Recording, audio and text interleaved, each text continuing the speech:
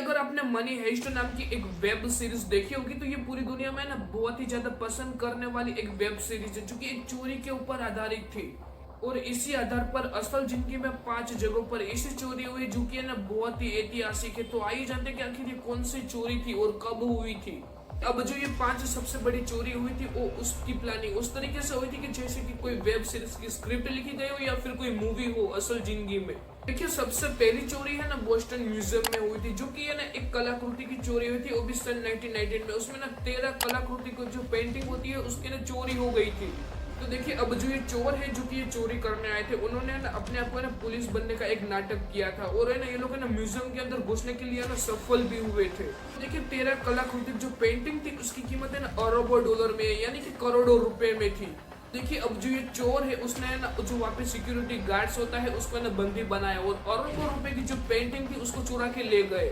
देखिए ये चोरी इसलिए इतनी ऐतिहासिक और इतनी खास है क्योंकि इसमें जो पेंटिंग है वो तो चुरा के लेके गए, इसके अलावा इसका ना अभी तक कुछ भी पता नहीं चला, ना ये चोर का पता चला और ना ही कुछ पेंटिंग है उसको बरामद भी नहीं किया गया।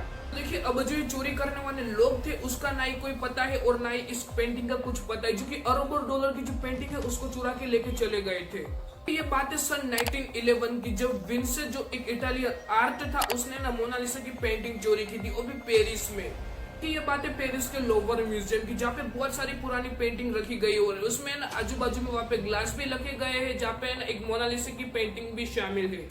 और देखिए इस म्यूजियम में जो ग्लास लगे हुए थे वहाँ पे ना एक कुशल आर्ट को है ना वहाँ पे नौकरी पर भी रखा हुआ था जिसका नाम था विंसेंट जो पेरागुआ। कि विंसेंट जो है ना एक इटालियन आर्ट चोर था जिसने मोनालिसा की पेंटिंग चुराने के लिए वहाँ पे ना किसी कमरे में ना रात भर उसका इंतजार किया था। विंसेंट जो है उसने ना मोनालिसा की पेंटिंग चुराने के लिए सोचा था और पेंटिंग है ना अपने कपड़ों के अंदर फिट करके उसको बाहर ले जाने के लिए सोचा, तब है ना म्यूजियम का दरवाजा ना बंद था। और देखिए अब जो ये मोनालिसा की जो पेंटिंग है उसको जैसे तैसे करके अब जो ये विंसेंट जो है ना वो है ना इस म्यूजियम से ना बाहर लेके चला गया और ऐसा कहा जाता है कि इसको चुराने के बाद ही अब जो ये मोनालिसा की पेंटिंग है वो पूरी दुनिया में ना मशहूर हुई थी।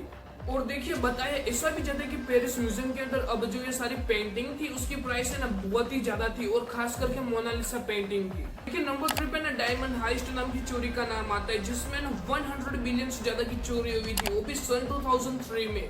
देखिए इस चोरी को ना सबसे क्रेजी और सबसे ना हाईएस्ट डायमंड की चोरी के लिस्ट में इसको माना जाता है क्योंकि इसमें ना 100 बिलियन से ज्यादा की इसमें चोरी हुई थी। बताया ऐसा जाता है कि अब जो ये बिल्डिंग है उसमें जो चोरी की थी उसकी प्लानिंग ना 3 साल पहले से ही की गई थी।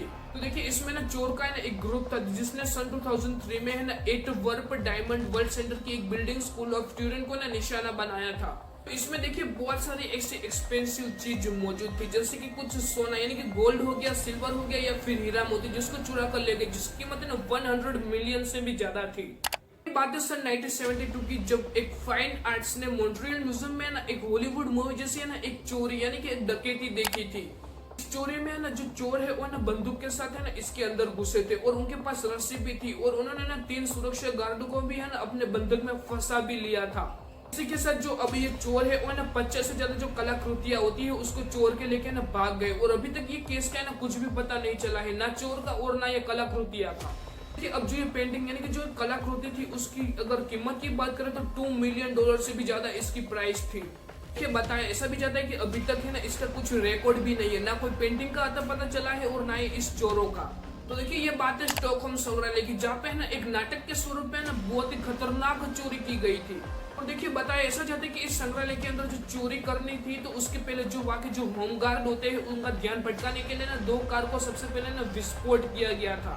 तो देखिए अब जो ये चोर थे वो है ना एक सब मशीन गन और कुछ बंदूक यानी कि कुछ गन के साथ है ना इसके अंदर घुस गए यानी कि इस म्यूजियम के अंदर है ना घुस चुके थे।